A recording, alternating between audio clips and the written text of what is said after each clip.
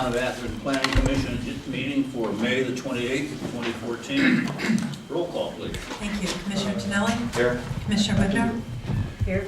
Chair Lively? Here. Commissioner Lane? Here. This is excused. Commissioner Grinley's excused. Thank you.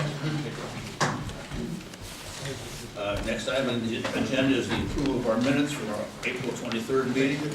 Anyone have any corrections? I just had one question, and that was the asterisk at the approval. I lost it. Is that because of Williams? Yeah, in a draft version, the asterisk was put in for his concern about Right. the motion, but I didn't think it was appropriate to have it in there, so I removed it. Okay.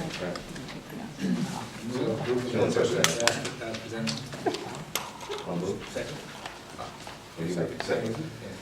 Moved and seconded. All in favor, say aye. Aye. I abstained. I wasn't present.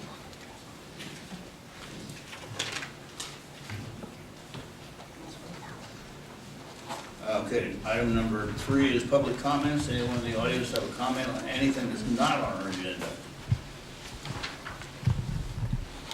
Being none, we'll move to number 4, Commissioners' reports. Unfortunately, William's not here, so we won't hear about the high-speed rail tonight. But that would have been a good job. Yeah, absolutely. And I have nothing. Anyone else? Anything from the Civic Center? No. Either one? No, very mild. I have nothing, although we do need to move on the heritage tree. You want to, Andrea, maybe you can connect and get a meeting together to discuss the heritage tree ordinance? Yeah. Sure. Thank you. Okay. Being none, staff reports, please. Anyone? Sure. The city council at their last meeting, we had quite a few items.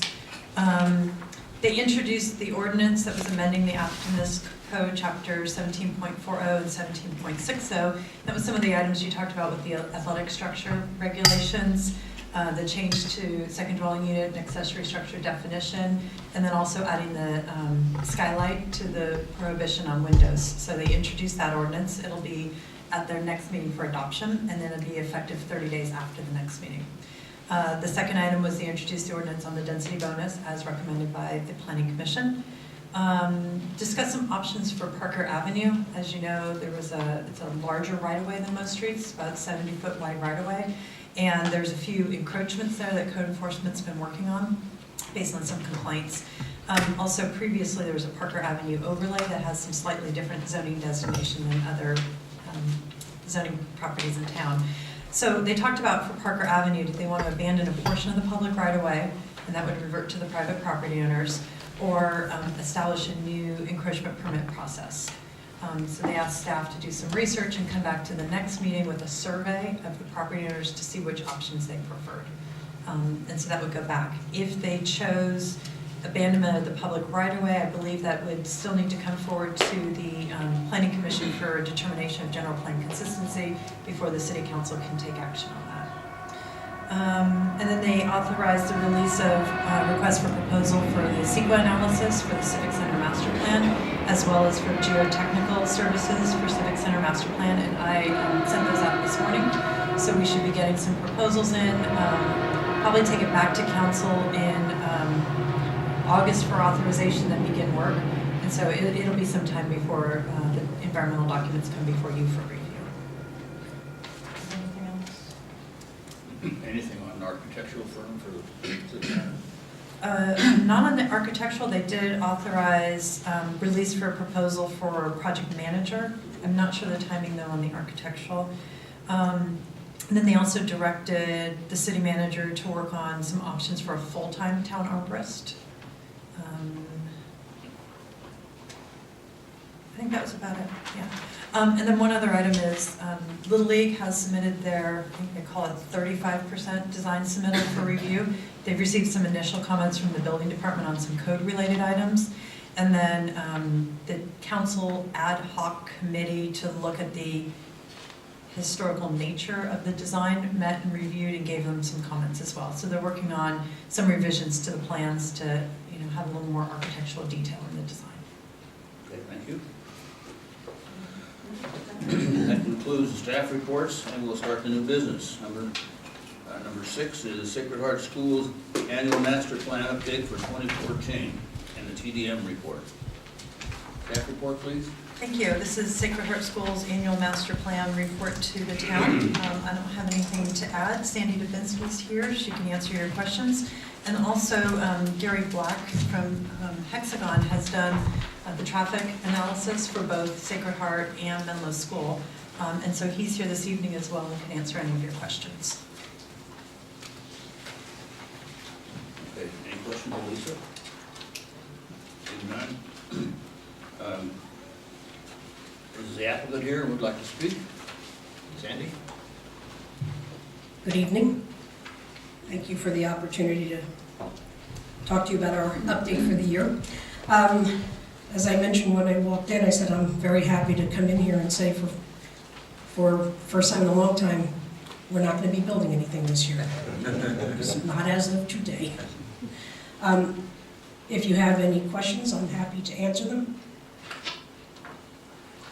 I had one item regarding the April 1st, 2nd, and 3rd traffic evaluation. And I just out of my own curiosity, I have a question here. Was it noted what activities were going on and how they may have impacted the numbers over those 3 days, whether it was to the greater or to the lesser? That was the week, so I believe it was a Tuesday, Wednesday, Thursday, and that was immediately following our annual auction. So on Tuesday it rained. And actually, I was surprised that the number was the lowest on Tuesday. I'm beginning to think people just didn't come to school. And I also think that maybe people who were helping with the final breakdown, they didn't come in because it was raining. Because that's the day that the tent would have come down and they would have been lifting, you know, the big beams, the structure. And then on the Wednesday and Thursday, I would call it a much more typical type day, regular weather, athletic events. I think we even had the extra people on campus removing the tent and the rest of the after effects of the auction. Beth Ann? Yes, with regard to the enrollment, the numbers are projected to go up slightly over a period of time. Right. And I wondered if you had a projection for additional square footage that was going to be needed to support this enrollment. Not at this moment. Does that mean you don't have a projection or you don't expect to need additional square footage? I do not have a projection at this point. In a long-term plan, we would like to see projections like that. Also, I'm wondering about fundraising for the replacement of the McGinney Sports Complex and the other improvements that are listed. How is that coming? You know, what's its status? So I've put in here possibly 15, 16, I think, to talk about McGinney. Right now, McGinney's on the back burner because we would have to have another capital campaign in order to raise the funds, unless a very generous donor comes forward. But it was put in the master plan back in 2009. I believe it is still something we're discussing, that eventually they would like to replace it. We have a brand new athletic director, and I don't think he's anxious to make big changes right away. Well, I think that with this master plan, we're looking for some insight as to what you're thinking, and we're not really, you know, saying it's going to happen later. It isn't really what we're looking. I can't give you an answer better than that right now because I don't know. And I don't know that Mr. Dioli knows when we would start another campaign to raise the funds. So there's no plans at this time? Is that Correct. Okay. And there's no plans for a plan at this time? As of today, no. Okay. Come September, you know, boards come back together, committees come back together. Our athletic person will have been there a while. My guess is this conversation will begin again. So that's a cycle around the school year. There's a cycle that's around the school year then? It is. Just one more traffic-related question. The numbers are the numbers. I'm just wondering, 5 months into this TDM program, what the actual vibe has been, the feedback you're getting, positive, negative, what the overall feeling is toward the program after the first 6 months. So, again, I said something to David McAdoo when I came in, maybe 2-3 years ago. David started talking to me about the TDM. I kept saying, David, I don't know, I think that's going to be a hard sell for some of our parents. And he said, just try it, they'll buy into it. And he was absolutely right. It has taken, it's taken a lot of educating the parents and going to a lot of meetings and explaining why we're doing this, and they all understand. And I think those who live in the area definitely understand. But we've had more buy-in than I was anticipating, at least quicker buy-in. And our lower and middle school families are so much more invested. I think a lot of those folks live closer to the school. We have many more people who are walking. We have a lot more bikes. As I mentioned, we've been taking part in the Safe Routes to School. We have received a number of grants to help us with that education and to encourage our families to continue to do more walking, biking, and carpooling. And that's the other thing with our faculty has gotten better about carpooling. And that, again, was a very pleasant surprise for me. And our plan is to continue to encourage it and possibly add another bus to our service. I would imagine as the culture gets adopted, like you said, with the younger grades and things like that, I'm sure David could attest to the period of time where the changes happen. I would think it's only going to get better. I would hope so, yes. Anyone else? Sandy, thank you. I would commend you, Sacred Heart, on their efforts on the TDM. As far as the numbers are concerned, it seem to be working. Unfortunately, when you travel in Valparaiso at certain times of the day, I'm not sure what's happening out there because the traffic is still pretty stiff out there. Right. Stuff going. The economy's going too well. It is. So you would be getting them down, but there's more people on the road. But very nice job. Thank you. Thank you. Thank you. I want to package up some videos of these hearings you come to and how many times you're asked about the traffic for your. Okay. Any further questions? If not, may I have a motion? I move we accept the report for file. Is there a second? Second. Moved and seconded. All in favor say aye. Aye. Motion is approved. Thank you, Sandy. The next item on our agenda is the Menlo School Annual Master Plan Update for 2014 and the TDM report. That report? Thank you. As well on this item, nothing to add. I'd like to introduce David McAdoo from Menlo School, and as well Gary Black from Hexagon completed the traffic study. Welcome, David. I'll adjust this from Sandy to me. David McAdoo, Director of Operations and Construction for Menlo School. Once again, we're pleased to be here to give you our sort of 5-year look ahead on what we think we see now and on the horizon. We consider this document to be sort of a living document, and what we try to do is present you with a document that looks familiar and just draw your attention to the changes that we've included for this year.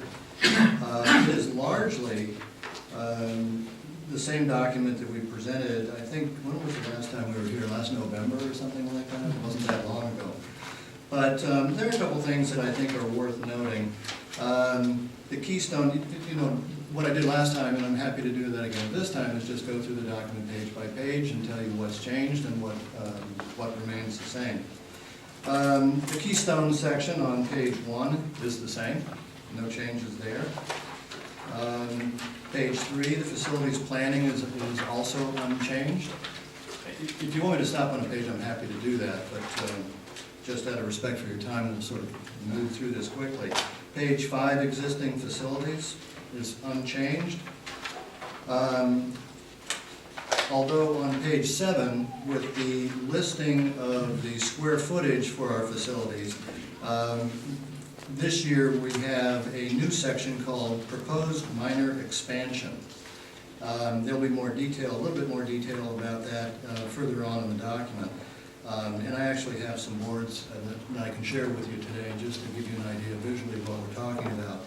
But we are looking in the near term at an addition to the addition to Stent Hall, the modern addition to Stent Hall, for a suite for the head. It's the head, the head's admin and a conference room.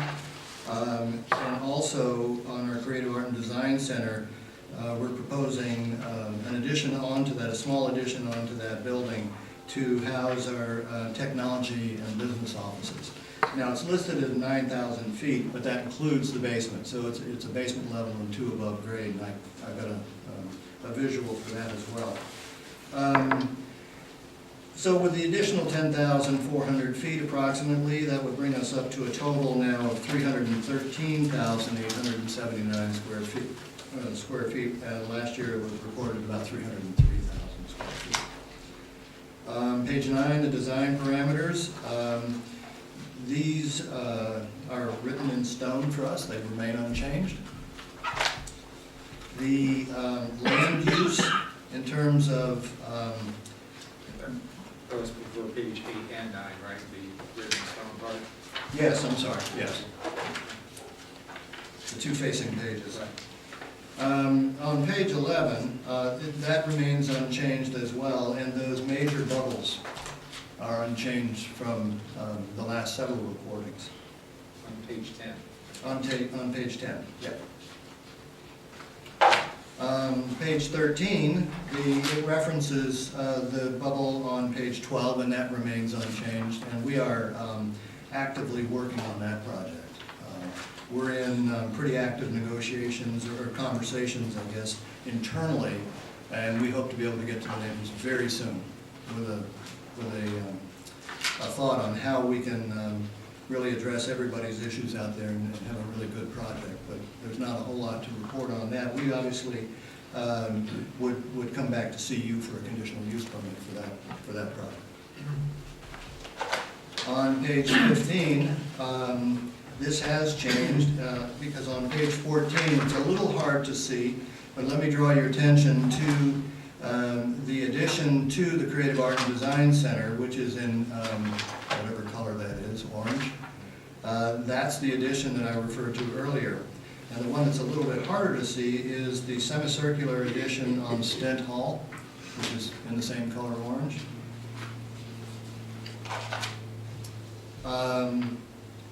Page 17 refers to the drawing on page 16, the circulation and parking. That remains unchanged.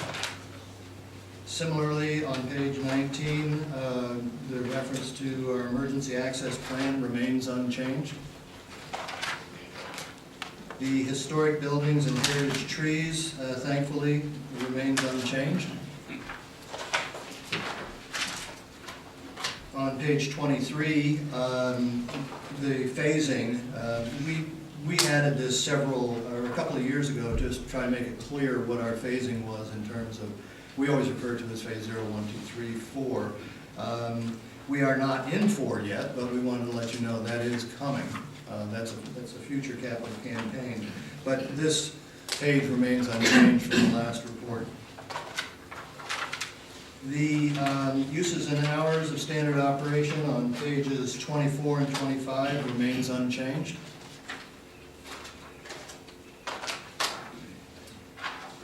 The TDM program, the Go Menlo Transportation Plan, obviously it's changed because we've got some updated information for you. The updated information is all on page 27 in the last 2 paragraphs, and it really is just the data. It's the result of the count that the town did in, what was that, about the same time as Sacred Heart. And we, March 25th, 28th, and April 3rd, I think it was. We have met our targets, and remember, these are counts on an individual day, but our counts are based on an average. just to maybe anticipate what you might ask, what was normal or abnormal about that day, I think about the only thing that was abnormal on that day is it rained that week. So there was a little bit of moving around on days counted just to account for the rain.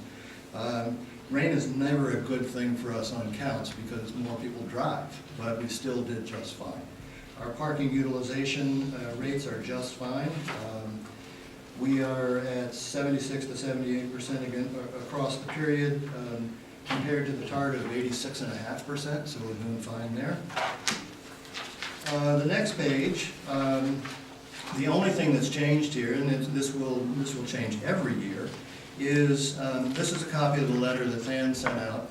Dan Healy, the head of school, sent out to the neighbors, inviting them to that annual meeting we have with the neighbors, and it was on May 23rd this year. And we include that just so you know that we're continuing to have that outreach that we do once a year. The next page, page 31, 30 and 31, the school-college relationship, that remains unchanged. And then the last piece is on page 33, we're reporting that the enrollment for school year 2012-13 that's just ending is 791 students now. We will not exceed our allotment of 795 students for the upcoming year. There's always a fewer students at the end of the year. We admitted 795 last year, but at the end of the year now, we're at 791. And we would anticipate next year to probably be about the same thing. But you plan on accepting 795 again? Yes. Right, okay. Yeah, we accept what we're allowed to. Right. That's right. And then you get a little bit of malnutrition. Attrition. Well, families move out of town, a number of different things. So we get a little bit of fluctuation there. We'll never go over, it would just be less. That's pretty much it. I'm happy to, Mr. Healy is here this evening in case you have any questions of him. I'm happy to answer any questions that you have. Oh, and if you like, I'll show you the boards.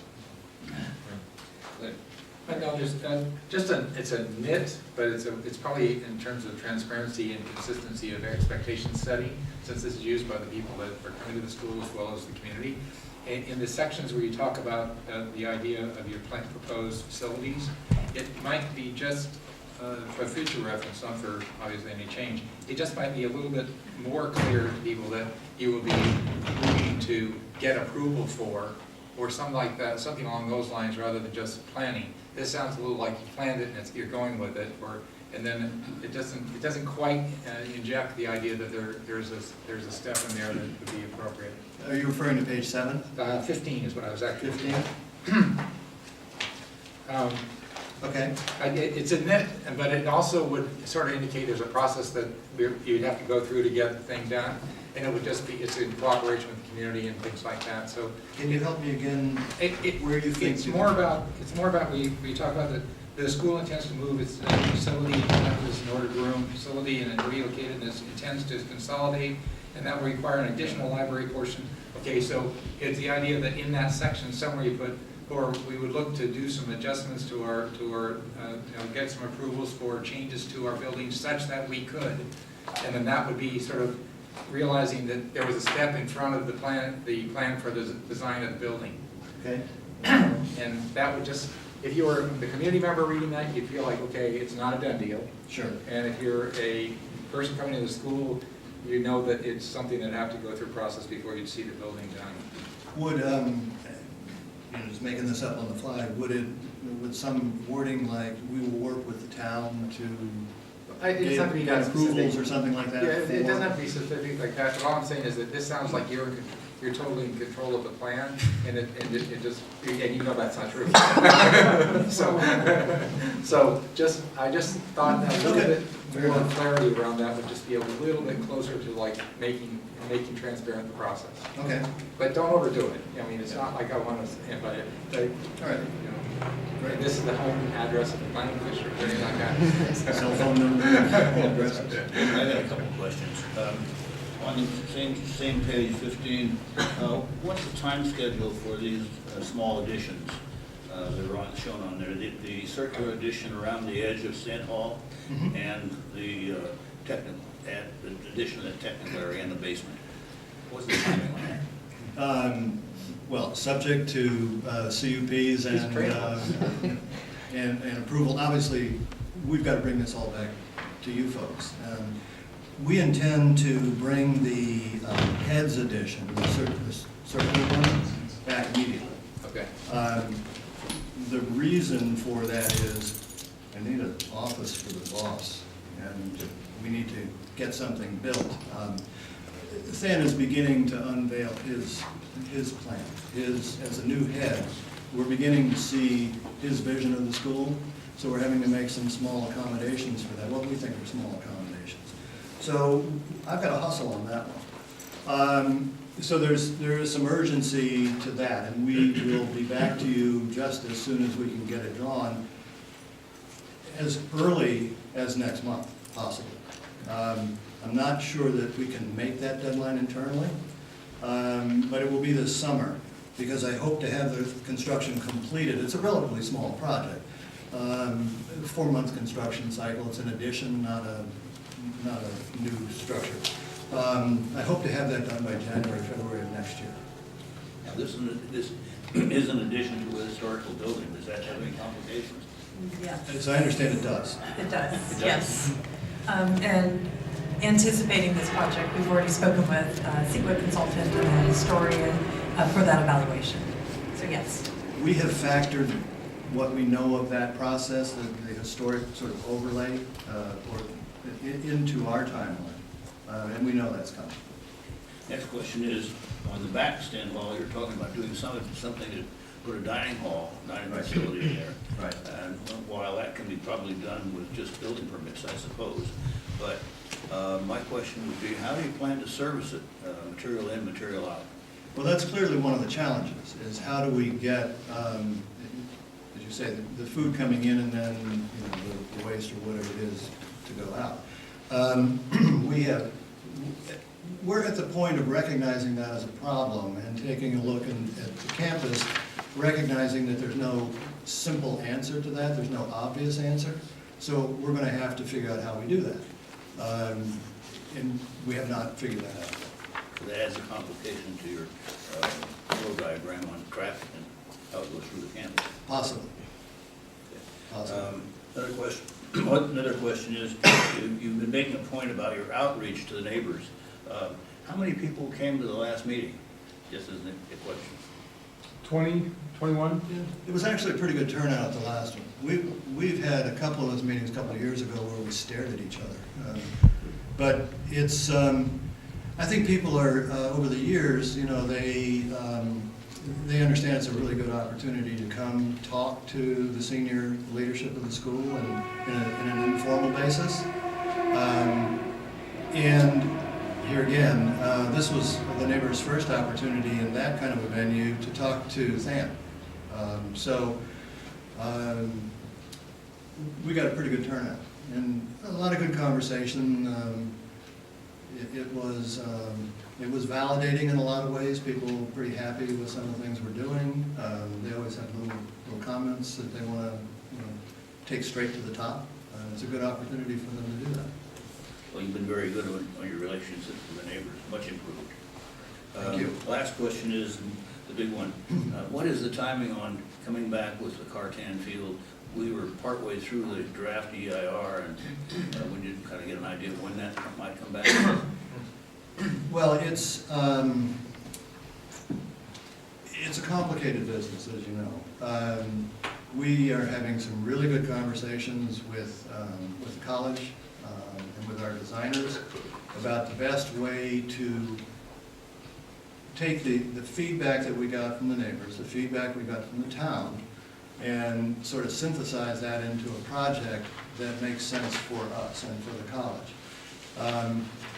It's always more complicated when you get more players who are interested in this and try to work out a good plan.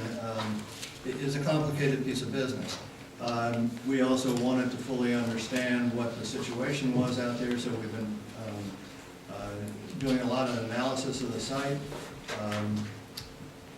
We hope to be back to you, and it's premature to say exactly when, but we expect to be very soon. Not back to you, back to the neighbors. Our first stop is with the neighbors. I think we're getting very close to having a drawing that we can use to sit down with the neighbors and say, okay, here's the baseline, what do you think of this? And do the inevitable adjustments and things like that, and then get to a point where we can bring you a plan that has the endorsement of the school, the college, and at least the bulk of the neighbors. Mary Beth, anything? Yes, I have a few questions.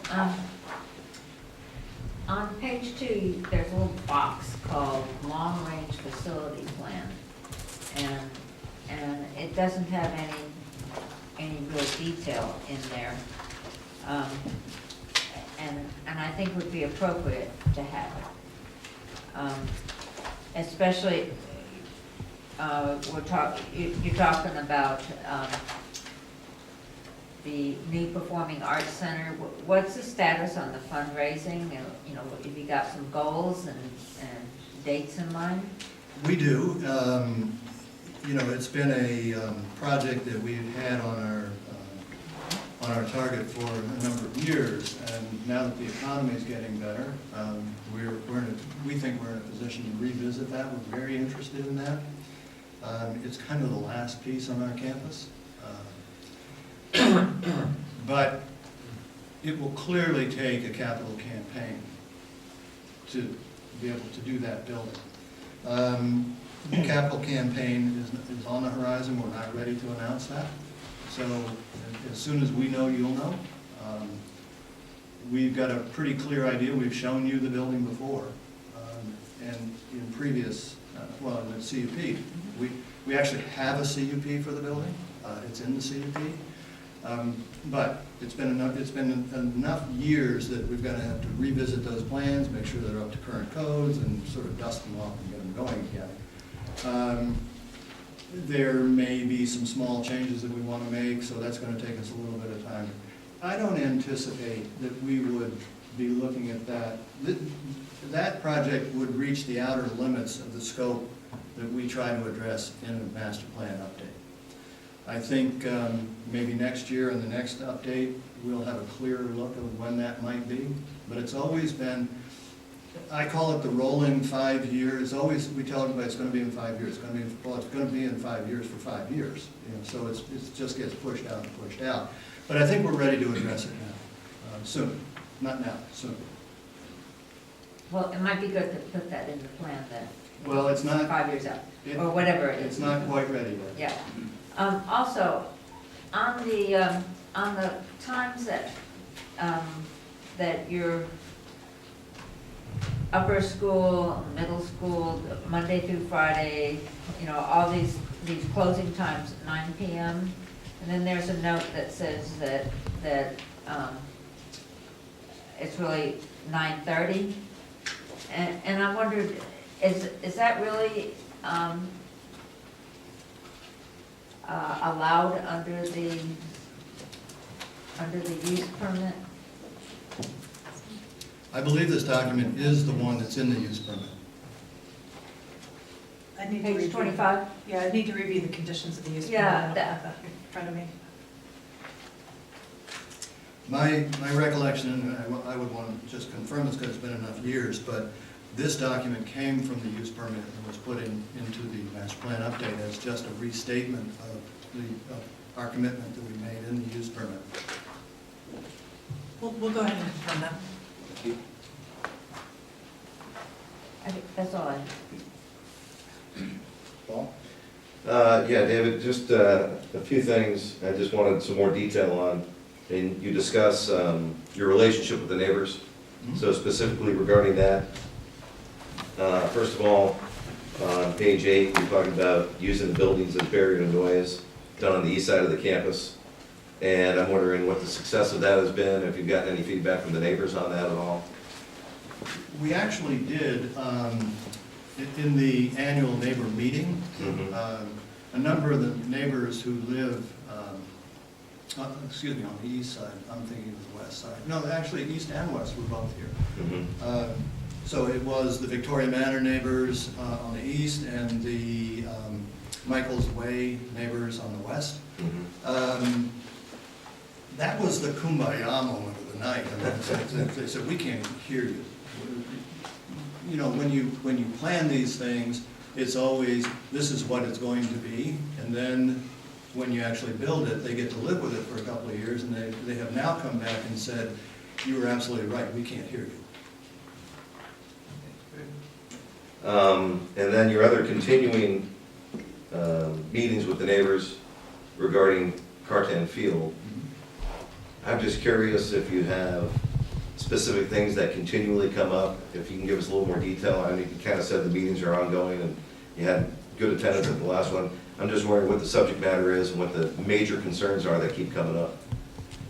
I think it's not a surprise that it's hours of use. How much we use the fields, how much we're going to be using the fields, the days, the hours, that kind of stuff. And what they see. You know, what am I going to see when I look out I'm sitting next to my pool, and what am I going to see that I don't see now? I think those are probably the biggest issues. Traffic used to be, parking used to be a big deal. We hear much less about that in the last couple of years because the college and the school have both put a tremendous effort into policing Alejandra and of course the Brittany Meadows, the streets and things. And we still get knuckleheads, but by and large, our community that comes to the games, they get it. We've also provided places for them to park. So we just don't hear that problem anymore. I do notice that the police are out there also. They write a couple of tickets, but there might be 2 or 3 cars out there on a big weekend, big game thing, rather than just all the way up and down the street. So I think that's getting a lot better. And the issues that the neighbors are most concerned about are what we've been working on so hard with this drawing that we've been trying to develop to try to mitigate those issues, the sound and what they see. So, that's, it's no small challenge to try to develop a site, a 16-acre site, and not